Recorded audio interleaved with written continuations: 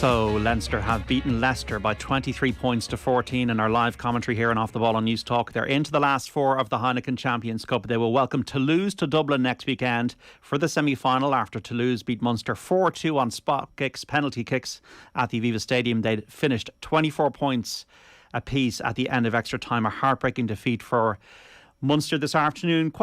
I don't know, workmanlike is the phrase. James Downey, you were watching there with Conor Morris. You're the former Leinster and Ireland centre. But James, look, they got it done. Their class, I think, told in the end. What will Leo Cullen be saying in the dressing room right now and Stuart Lancaster? Oh, yeah, JD, I think it is that kind of... They were a different class, and it was that first half they'd just done enough. I think Leicester were stuck in the dressing room a small bit, and Leinster showed their class in that first half by bursting out into a nice early lead of getting 20 points in that first half, obviously insurmountable in the second half. But there'll be a few areas of concern, I'm sure, for Leo. Obviously Cian Healy going off, and Johnny Sexton took a bit of a hit. I think Chris Ashton chipped it through and put a shot on Johnny. But maybe just like you're looking for 80-minute performance, and if you look into next week and what you're going to come up against, you're going to come up against a much more organised side in this Toulouse side, and a lot more power across the park, because Leicester kicked it in that first half, and it was terrible to watch for starters, but it just didn't play into the way Leicester wanted to play, really. When they moved the ball, they did look a little bit dangerous, and Toulouse will take a lot from that. And Leinster were quite vulnerable in a few areas when they were able to push it around the park and stretch that Leinster defence. So Leo will be, look, it's job done really, and it's on to next week, but it's a much bigger step up, I think, next week, and especially with you look at the bench that Toulouse had coming off today, and albeit Toulouse, it seems, didn't produce their normal performance or than they normally do, but I think that next week that they will produce something, so I think that Leinster need to go up a couple more gears. Today they did enough and just enough, but it's just that more so on a weak Tiger side. Yeah, eaten bread is soon forgotten, and maybe this game will be forgotten pretty quickly because it is next weekend. I suppose the platform was those early tries, Josh van der Fleer and Robbie Henshaw. Yeah, it was exactly that, and I think it's just got out and everything went their way in that first half, and it's the early scores, it's the power. Before Leicester knew what hit them, it was the old boxing. You take a few hits, you're against the ropes, and the next thing you're out cold, and Leinster hit them out cold pretty quickly. Robbie Henshaw running a great short line after great work from the forwards, and then a set piece move off the line out. They just got settled where Leicester would have expected them to take them on up front. Leinster did a little play, and Josh van der Fleer peeled around the corner and scored. So I think it's a case of they did just enough, and maybe the players had that in their mindset in the second half coming out. We've done enough for 20 points. Will we concede more than 20 points? Probably not, they would have thought, and I think they're pretty comfortable, and they took the foot off the pedal a little bit and maybe let Leicester back into it. But again, you're right in saying that, like, it's that game's going to be, they won't speak about it too much after today. They'll draw a line under that and say, right, next week we've got to go straight into next week, because you can't worry about, you've got to fix it quickly if there were issues, which there were a couple, but maybe you just got to fix those quickly and focus on Toulouse, because different challenge altogether. Are they fixable? Yeah, they are, of course. Yeah, and I think with the coaching staff they have, especially I think with Stuart Lancaster, he's so thorough in what he does. He'll analyse this Toulouse side, not just today and how they played against Munster, but the past couple of weeks. They'll have done their homework, and I'm sure in this past couple of weeks that they've had off, yes, I'm sure they've looked at Leicester. Of course, they played them today, but I'm sure some of their analysts have had a look at potential opponents for next week, so I'm sure there's a bit of work done there already. So they are certainly fixable, and you'd like to think that in the Aviva, be it on, I'm not sure what day, Saturday or Sunday it's going to be, it'll be a sellout, and it'll be an almighty atmosphere. Good defence when Chris Ashton scored. After that, like, if Leinster conceded again, it might have been a bit of a nervy time, but they weathered the storm well. Yeah, they did, and you expect Leinster to have another purple patch in that second half, and Leicester did well to get back into it, and they used their drive and maul just before Chris Ashton scored in the corner. And if they'd taken another one, then it certainly would have been your game of two halves. But Leinster just did enough, and it's testament to that defence. Leinster's defence, they pride themselves on it. They didn't attack too many rucks, and they left the ball free. They left Leicester play quick ball, which I don't think they can do too much against Toulouse next week to let them play with that pace and with that tempo of breakdown. I think they're going to have to compete an awful lot more. But today they just backed their defence. They'd done their homework on Leicester and how they attack and how they play, and ultimately the defence did enough today. Who's your man of the match?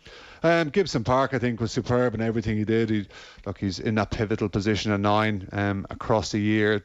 This year he's been super. He's controlled everything with Ireland this year. He's been good, and I think that everything good about Leinster today was Jamison Park. It was tempo, it was speed, accuracy of pass, ability to see gaps in the defence and just put Leicester on the back foot. And everything good about Leinster today, as I said, was true Jamison Gibson Park, and deserved man of the match. You see the way Ireland play now, and it is different since Gibson Park's tempo was introduced by Andy Farrell, and obviously he's a player for Leinster. And you look at DuPont as well, the best player in the world. Number 9 is holding sway at the moment. Yeah, it certainly is, and it's like it's an interesting comparison. And you look at Ben Youngs and Wigglesworth today, and then you look at your Conor Murray and Craig Casey situation as well. And Conor Murray's the elder statesman, but he's more renowned for his kicking, and he's lost his slot to Jamison Gibson Park with Ireland. And then you see someone like a Craig Casey who's at his heels, who's bringing that tempo and that youthful energy that he has, and it seems to be that the 9s now are these diminutive guys who come in and just bring that tempo and speed and just increase it. Obviously, look, it's got to suit your team and the type of game plan you're trying to play, but these 9s, certainly for the fast-paced teams like your Toulouse's and Leinster's, these fast 9s are certainly the way to go. Is there a freshness edge for Leinster, given that fact that Toulouse they're battling in France? Leinster don't have had those worries domestically, and they had a hard game today, Toulouse, and Leinster at home. Do Leinster have a few points in the back pocket already, or does it work that way? Potentially, JD. I think, look, it'll be in the last couple of minutes that someone might fatigue or something along that, but ultimately you're going into a European semi-final, and you're not going to say, oh, I'm tired or I'm this, I think across the board, I don't think it'll make too much of an impact. I do think it'll be interesting how the freshness is. You mentioned that the top 14, they are playing a hell of a lot. Today was quite attritional, but I don't think Toulouse will use that as an excuse, or maybe it mightn't get brought up next week, but I just think that they both had hard games today. Toulouse has sounded a hell of a lot more tighter as it was, but more attritional certainly. But I'm sure there'll be sore bodies on both sides. And look, next week could be a whole new game. There's plenty of time to recover in terms of that, so I don't think it's going to have an effect. But look, it should lead to a pulsating affair next week. The Munster players must be absolutely devastated. Oh, I can't imagine. Like, I was talking to Conor, and we were talking about it happened in 2008 or 2009. Yeah, only once before in 27 years of the competition. And we were nearly going to look it up, because Johnny Murphy actually got his kick, but I think it was on the 22, right in front of the post on the 22, and it was more like soccer, and you had 5 penalty takers and you kicked it that way, as opposed to today when you had your 3 kickers and 6 kicks. And geez, they had forwards kicking balls over at that stage, and Jordan Crane, I think Martin Williams missed his, and Jordan Crane for Leicester nailed his, and that was in the semi-final. But yeah, it's certainly had a bit of spice to it. But yeah, absolutely devastating way to go out. Like, as I said, it is in football, devastating. So rugby, we're not used to it, and it's not as if you're going to really train for something like that. You'd expect something to happen. You'd expect something to happen in extra time, as someone to get a penalty shot and kind of be taken out of your hands. But look, devastating for the lads that missed their penalties today. But unfortunately, that's the nature of sport, and yeah, just horrible way to go out. Ben Healy, he was unlucky, I felt, with the 56-metre attempt at the very end of the game to win it. Then he had a drop which went just wide of the posts in extra time, and then he missed his 2 kicks. Hopefully, though, this will be the making of him.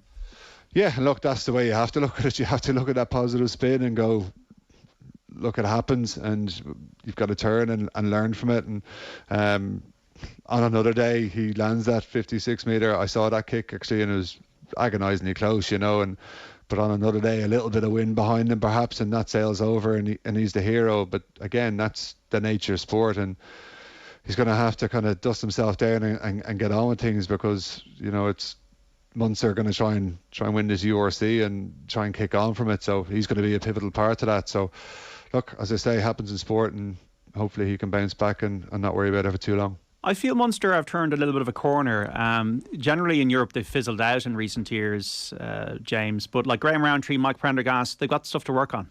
Yeah, I agree with you there, JD. I think that in the last couple of weeks we've seen a Munster side that are happy to move the ball, happy to keep the ball alive.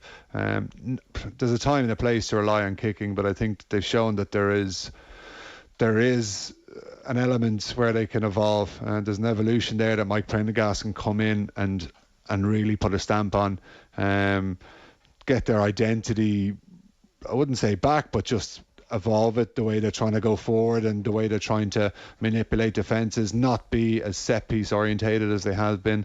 I think it's a great chance for, as you say, like the whole team, but predominantly your Mike Prendergast, who's going to be in charge of attack, and I think he's going to have a lot to say. And coming from France as well, and coming from a Racing side who attack from everywhere, who aren't afraid to attack, who play a great brand of rugby. And again, if he can instill some of those values that he's done over there in an attacking system, it can only be good for Munster rugby. Raj is still there anyway. La Rochelle won 31-19 against Montpellier, so he'll be in the semi-finals next weekend, James. But can you see Leinster and Marseille? Can you see them in the final? Of course. I guess this is kind of the Leinster. This is Leinster when you see them. You see them at the business end of the season. You see them involved in finals and semi-finals, but normally finals. And they've fallen short a couple of times. But I guess you got to lean towards a bit of Aviva. Toulouse won't be feared by the Aviva, having dealt with a Munster crowd today that took it over. And I guess you're going to expect the Leinster side or Leinster supporters to fill out the Aviva next week, and they won't be afraid coming over.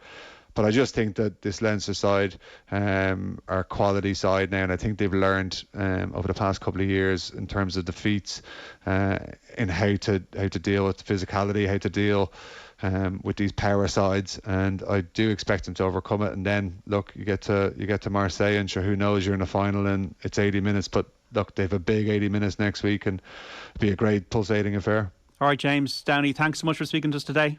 Cheers, Eddie.